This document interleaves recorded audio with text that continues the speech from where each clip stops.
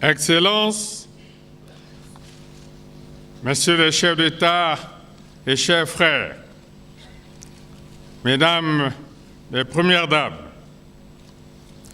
Madame et Messieurs les représentants des chefs d'État, Monsieur le Président de la Cour constitutionnelle, Monsieur le Président du Sénat, Monsieur le Président de l'Assemblée nationale, Mesdames et Messieurs les ministres, Monsieur le Premier Président de la Cour suprême, Excellences, Mesdames et Messieurs les ambassadeurs, chefs de mission diplomatiques et représentants des organismes internationaux, distingués invités, Mesdames et Messieurs, mes chers concitoyens, je voudrais, au tout début de mon propos, dire à mes frères, des Excellences, Messieurs les chefs d'État, à Madame et Messieurs les représentants de chefs d'État, à Mesdames et Messieurs les représentants des États et des organisations internationales, que je suis particulièrement heureux de vous recevoir ici, à Brazzaville, à l'occasion de cette cérémonie d'investiture. Je vous transmets les chaleureuses salutations de tous les Congolais et vous exprime nos vœux cordiaux de bienvenue et d'agréable séjour en République du Congo.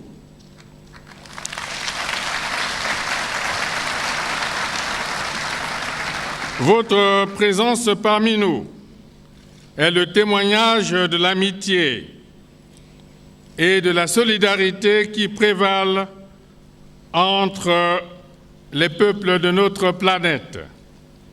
Le peuple congolais, par ma voix, s'en félicite et vous remercie de donner du sens à la coopération tant bilatérale que multilatérale. Congolaises, Congolais, mes chers compatriotes, le 20 mars dernier, librement et souverainement, vous avez élu le président de la République. Vous avez porté votre choix sur ma personne, me renouvelant ainsi votre bienveillante confiance, ce dont de tout cœur je vous suis reconnaissant. Par vos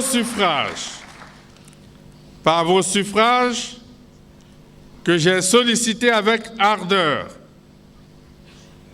et que vous m'avez accordé avec assurance, vous m'avez donné l'exaltante mission de continuer à conduire la nation congolaise vers des horizons meilleurs. Cette mission, comme les précédentes, est un appel. Et c'est le devoir de tout citoyen, de tout patriote, de répondre à l'appel de son pays. Voilà pourquoi ce jour, samedi 16 avril 2016, je suis venu auprès de la Cour constitutionnelle prêter le serment que prescrit la Constitution de la République au président élu au moment de son entrée en fonction. Désormais, revêtu de la charge suprême de la nouvelle République, je me tiens devant vous pour nouer avec vous un nouveau contrat. Ce contrat, je l'inscris dans le cadre du projet global du développement du Congo. Ensemble, nous y travaillons depuis que nous avons sorti notre pays des affres de la guerre civile.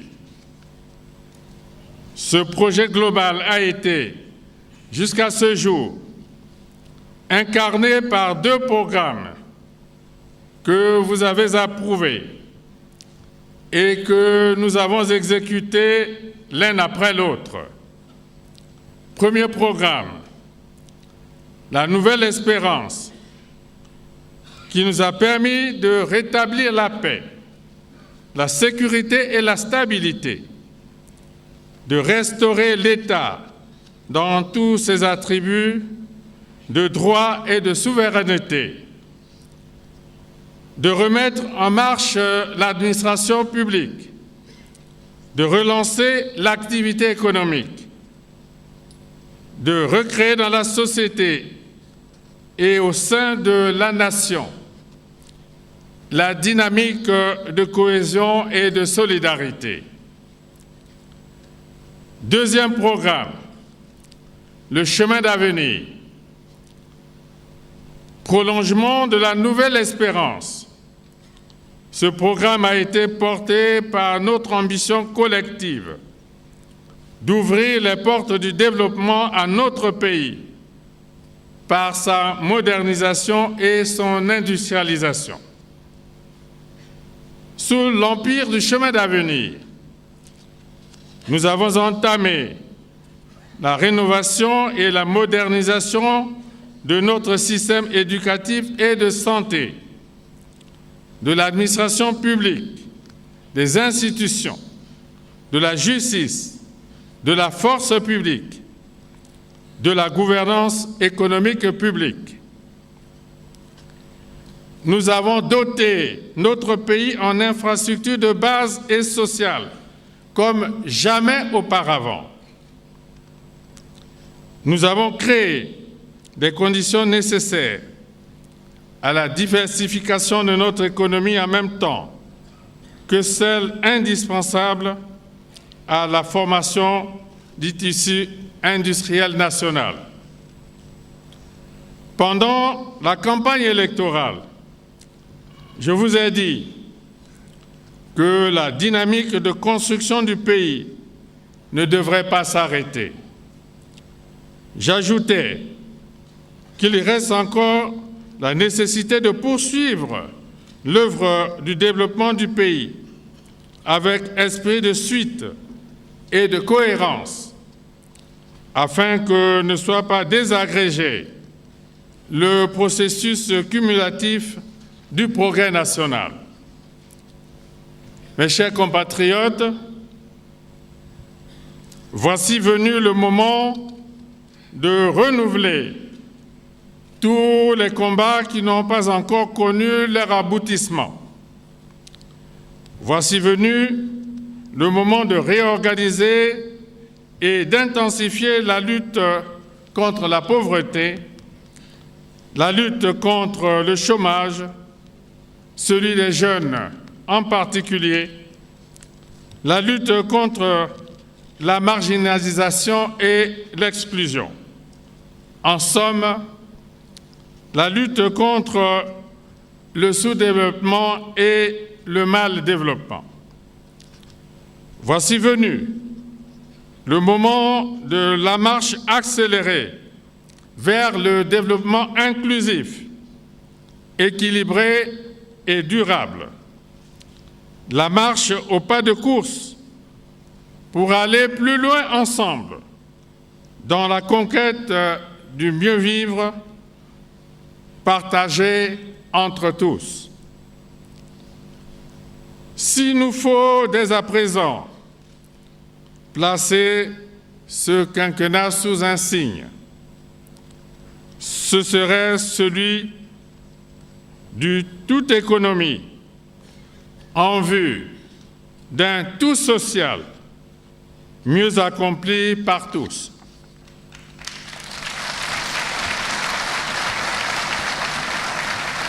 Le quinquennat sera celui de l'économie. Je le réaffirme. Tous nos efforts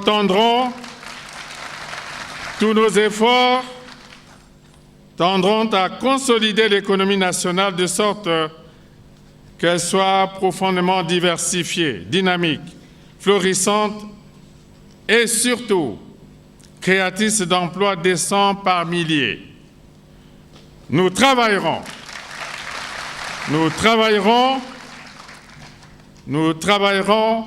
à éradiquer le chômage, celui des jeunes principalement. Nous travaillerons à produire pour satisfaire l'essentiel de nos besoins de consommation, nos besoins en aliments, en eau potable, en électricité, en services de santé et d'éducation, en service aux personnes physiques et aux administrations. Nous travaillerons tant et plus à fortifier notre économie parce que le salut de la nation congolaise en dépend, tout en soutenant par des mesures appropriées l'organisation et le développement de la production nationale. L'État veillera à la conquête par chaque ménage d'un pouvoir d'achat viable et à l'avènement d'une vie meilleure pour tous. C'est le nécessaire lien entre le tout économie et le tout social, sous le sceau duquel nous avons résolu de placer le quinquennat que nous inaugurons ce jour. Voilà le défi que nous avons à relever ensemble pendant les 5 ans à venir. Il est à notre portée. Donnons le meilleur de nous-mêmes. Nous y arriverons.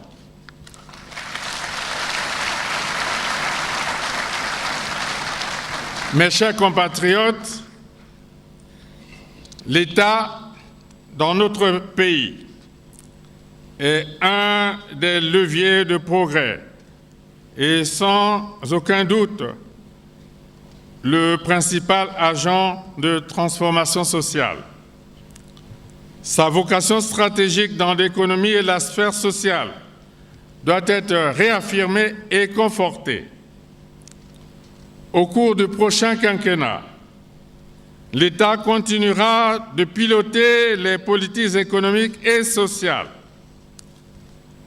La responsabilité lui incombe, entre autres, de favoriser l'éclosion des initiatives privées dans tous les secteurs de l'économie, d'attirer en grand nombre les investissements directs étrangers couvrant diverses branches, d'aider au financement direct ou indirect des entreprises, d'accompagner les entreprises dans leur stratégie de développement et de pérennisation de leurs activités, de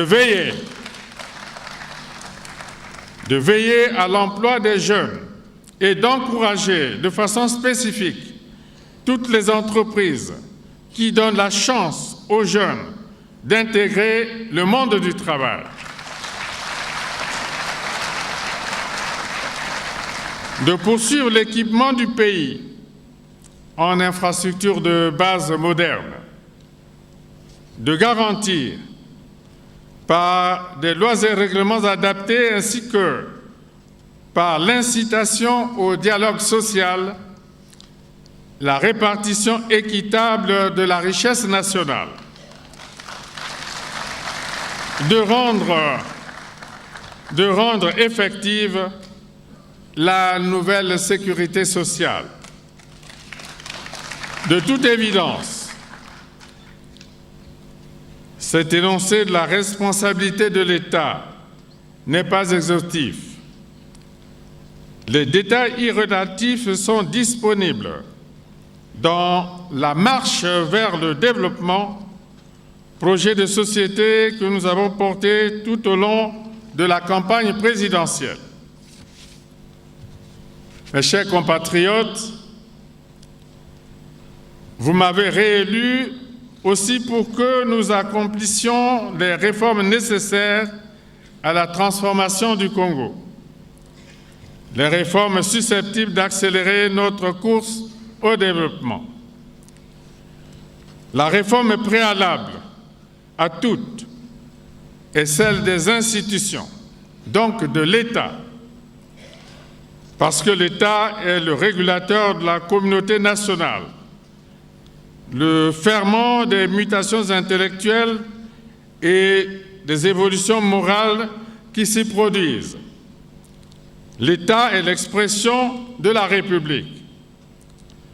Il assure l'existence de la nation. Réformer l'État, c'est réformer le corps de la République et l'âme de la nation. Soucieux d'apporter plus d'efficacité au fonctionnement de l'État, nous avons engagé depuis quelques années le processus de modernisation des institutions nationales. Ce dernier a connu une accélération particulière avec l'adoption de la nouvelle Constitution.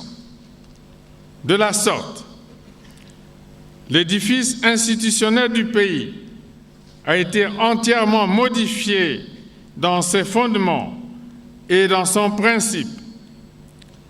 Une nouvelle République est née. La mise en œuvre de la nouvelle Constitution par le prochain gouvernement nous permettra d'aller plus loin dans la rénovation de l'administration publique et de sa gouvernance, dans la pratique de la démocratie, dans la modernisation de la vie politique et de ses mœurs. Pour ce qui concerne l'administration publique et sa gouvernance, outre la réforme en profondeur de toute la fonction publique, nous avons à renforcer la décentralisation.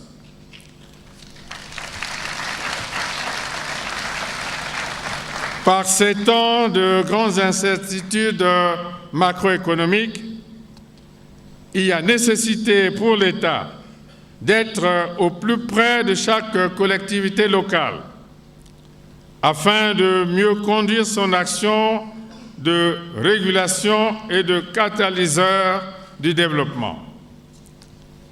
Il y a urgence pour l'administration publique d'agir à partir de chaque localité en tenant compte de la particularité de chaque espace géographique, des réalités propres à chaque collectivité locale et des comportements spécifiques en liaison avec les structures sociales existantes.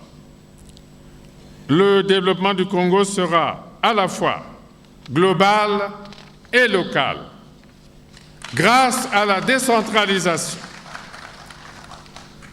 Grâce à la décentralisation, on améliorera la gouvernance locale, contribuant à une meilleure satisfaction des besoins des populations des différentes localités du pays. Grâce à la décentralisation, on rendra l'action publique plus efficace. Pour ce faire, l'État se doit de renforcer les capacités des autorités locales à définir et à conduire des politiques pertinentes de développement local, de même qu'il mettra en place des moyens humains et financiers adéquats au profit des collectivités locales.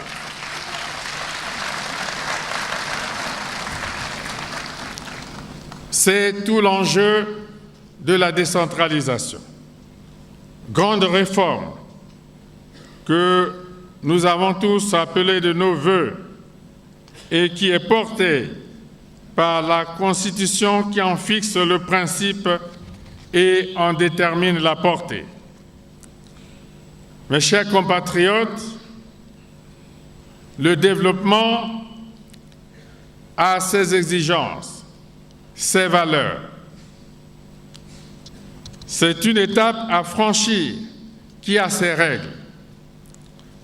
Aucun peuple au monde n'est arrivé au développement sans avoir incarné tous ces impératifs. Aucun peuple n'est arrivé au développement sans effort. Puisque nous sommes déterminés à poursuivre la longue marche vers le développement, je vous propose un autre pacte. À compter d'aujourd'hui et pour toujours, nous devons conforter en nous, dans notre société, en chaque Congolaise, en chaque Congolais, un nouvel état d'esprit. À compter de ce jour, de la base au sommet de l'État, du citoyen au responsable politique ou administratif, du fonctionnaire au ministre, adoptons une seule manière d'être et d'agir, une seule manière de servir l'État, la République et la nation.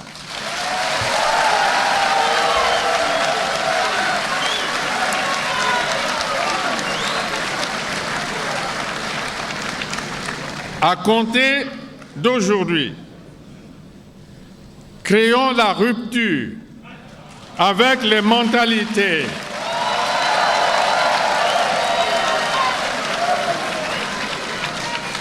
À compter d'aujourd'hui, créons la rupture avec les mentalités déviantes et les comportements pervers du passé.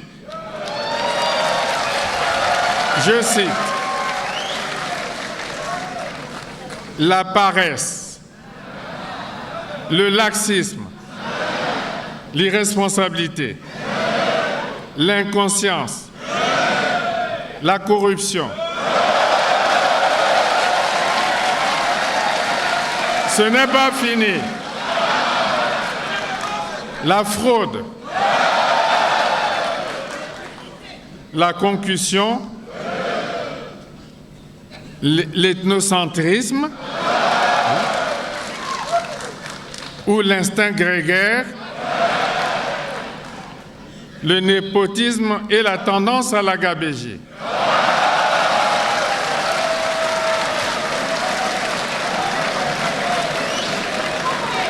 À compter d'aujourd'hui, renouons tous avec l'esprit du travail. L'esprit du travail, de la rigueur, de la discipline, de la responsabilité, de la probité, de l'unité nationale, du respect, je dis bien du respect de la chose publique et de l'amour de la patrie.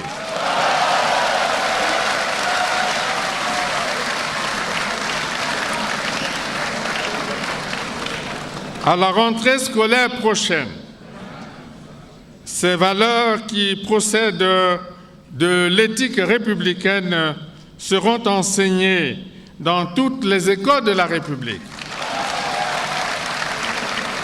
Aujourd'hui, nous entrons dans une nouvelle société. Chaque jour qui passe, chacun de nous doit en donner la preuve. J'y veillerai.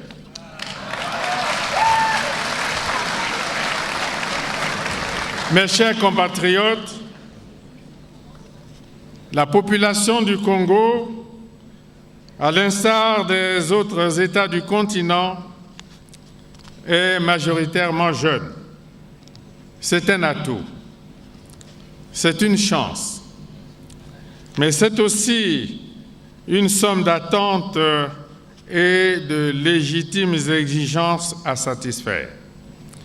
La jeunesse congolaise est préoccupée par son sort et s'inquiète de son avenir.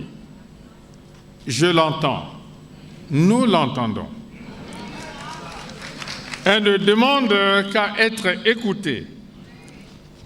Elle mérite d'être mieux écoutée, sans paternalisme, sans mépris, sans arrogance. Elle demande à être associée à la recherche des solutions aux problèmes de la nation, surtout ceux qui la concernent directement. Elle demande par exemple que les questions de l'emploi, de la formation qualifiante, de l'adéquation entre la formation et l'emploi soient traitées avec elle. C'est ce que nous ferons. Je m'y engage. Le Conseil consultatif de la jeunesse.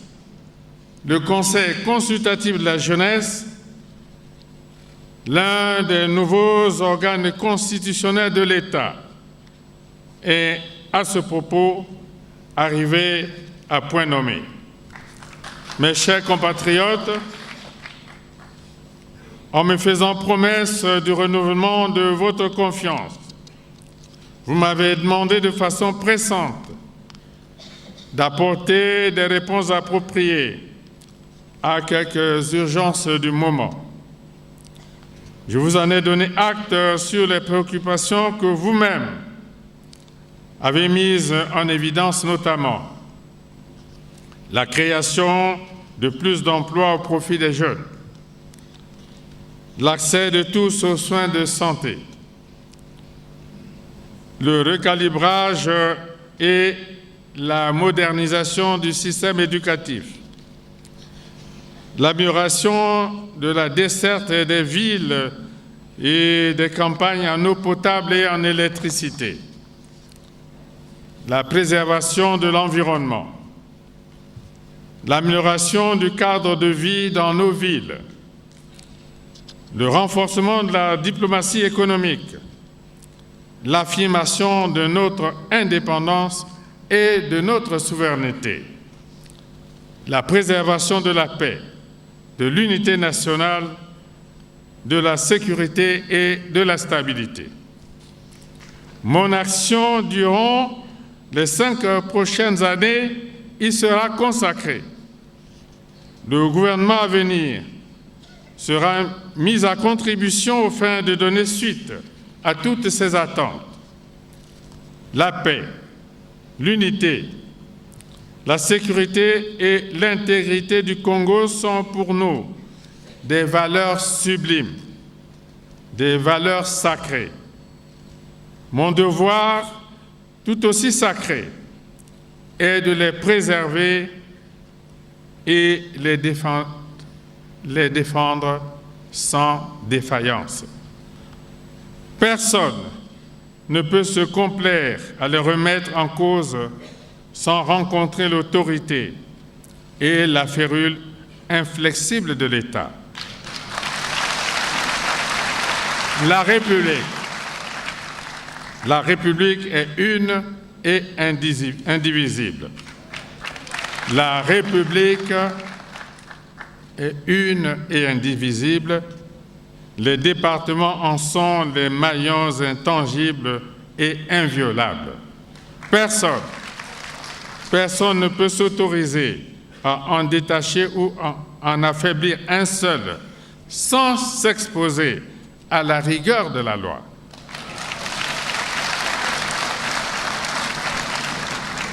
Il en est ainsi de la nation congolaise comme des autres nations du monde.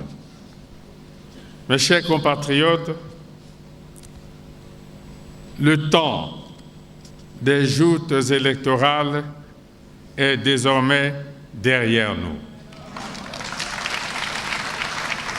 L'élection a eu lieu. Une nouvelle ère commence et doit être une ère de paix et de concorde. Aujourd'hui, nous ne célébrons pas la victoire d'un heureux élu sur d'autres, encore moins le triomphe d'un parti politique sur d'autres. Nous célébrons la victoire de la démocratie, la victoire du Congo.